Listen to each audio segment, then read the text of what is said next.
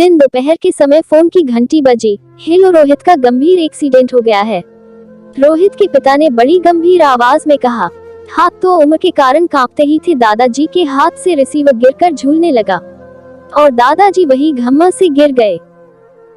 दादी पास ही सो रही थी, घबरा कर उठ खड़ी हुई।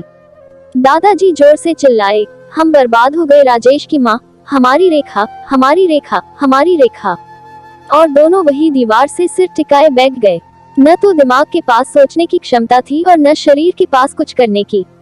बाहर चिलचिलाती धूप और चमकता उजाला था, मगर घर के अंदर सिर्फ अंधेरा ही अंधेरा। आर्यन जो था तो अबोध, परंतु वक्त ने उसे बहुत समझदार बना दिया था। किसी तरह अपने दादा दादी को संभाला और वहां के लिए निकल पड़े। पहुंचकर देखा तो फोन पर मिलने वाली खबर तो केवल राय भर थी। यह दृश्य तो पहाड़ के समान था। शायद इससे पहले भगवान का ऐसा कहर कभी देखा नहीं होगा। सुहाग की चूड़ियां चटकाई जा रही थी। मौत के इस दर्दनाक दृश्य के बारे में कुछ और नहीं कह सकते। ये तो संसार है, घाव कितने भी गहरे हों, संस्कार सारे निभाने ही पड़ते हैं। और दादाजी ने भी रोहित के भाई और पिता के साथ साथ रोहित को या अपनी रेखा की खुशियों को कंधा दे दिया।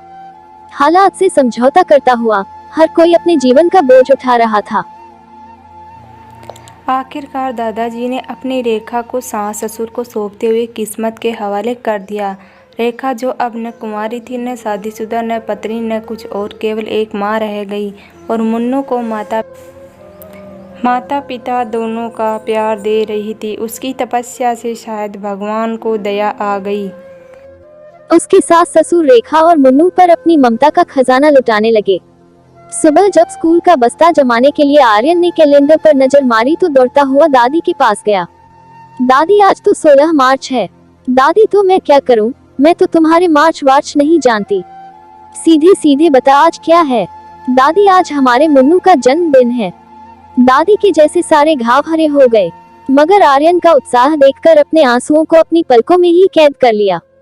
फिर अपनी कमर में बंधी कपड़े की थैली से पैसे निकालते हुए बोली, आर्यन बेटा, स्कूल से लौटते हुए उसकी पसंद का कोई उपहार ले आना। हम आज मुन्नू के पास चलेंगे। जैसे ही घर की घंटी बजी, दादी की आंखों के सामने पिछले जन्मदिन के नजारे तैर गए। नजारा कुछ ऐसा था जैसे किसी राजकुमार का जन्मदिन मनाया जा रहा है। जैसे ही दरवाजा खुला, आर्यन ने दादी को झकझोरा। दादी, दरवाजा खुल गया और वो वर्तमान में लौट गई। रोहित की माँ ने दरवाजा खोला। वह पहले की तरह शांत और खुश दिखाई देने का प्रयास कर रहे थे, मगर उनकी यह खुशी उनके गम को नहीं छुपा पा रही थी। मुन्नू दौड़कर उनकी गोद में आ बैठा, उपहार पाकर नाचने लगा। जब मुंह मीठा कराने की बारी आई तो रेखा की देवरानी मिठाई की प्लेट ऐसे पटक कर गई, मानो कह रही हो कि पेट भरने के साथ साथ जन्मदिन की मिठाई की फिजूल खर्ची भी जरूरी थी। घर का सारा खर्च अब रोहित के भाई पर आ पड़ा था। रेखा केवल एक नौकरानी का खर्च बचाने जितना सहयोग कर पाती थी। दादाजी ने 1000 बहाने बटोरे, हम बूढ़े हैं, अकेले हैं, आर्यन भी छोटा है, पास में ही एक स्कूल है, मुन्नू वहां पर लेगा, वगैरह वगैरह। और रेखा के सास ससुर को उन्हें वहां से ले जाने के लिए तैयार कर लिया। रेखा की देवरानी ने भी उसके ससुर को यह निर्णय लेने में भरपूर सहयोग दिया। मुन्नू के जन्मदिन के साथ साथ रेखा और मुन्नू के नए जीवन का एक नया दिन शुरू हो गया। अगले दिन वो लोग वहां से चले गए। अब घर में सब पहले की तरह रहने लगे। बस रेखा की माँ नहीं थी और मुन्नू अपने भविष्य के सवाल लेकर घूमता रहता था।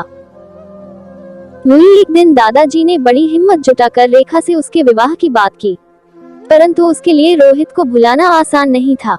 उसके बाद दादाजी ने भी इस विषय को नहीं छेड़ा। कुछ ही सालों में आर्यन की शादी हो गई। मुन्नू स्कूल जाने लगा। कुछ कृपा आसपास की महिलाओं ने कर दी। वह रेखा को कुछ कपड़े सिलने को दे जाती थी। सुनो जी, मुन्नू बड़ा हो रहा है, उसकी पढ़ाई का खर्च बढ़ता जा रहा है। रेखा दीदी क्यों नहीं समझती कि पहाड़ सा जीवन यहाँ कैसे कटेगा। आर्यन की पत्नी के शब्दों में रेखा और मुन्नू के लिए बोझ के भाव थे।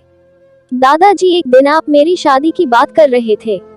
अगली सुबह रेखा ने दादाजी को चाय का कप पकड़ते हुए कहा।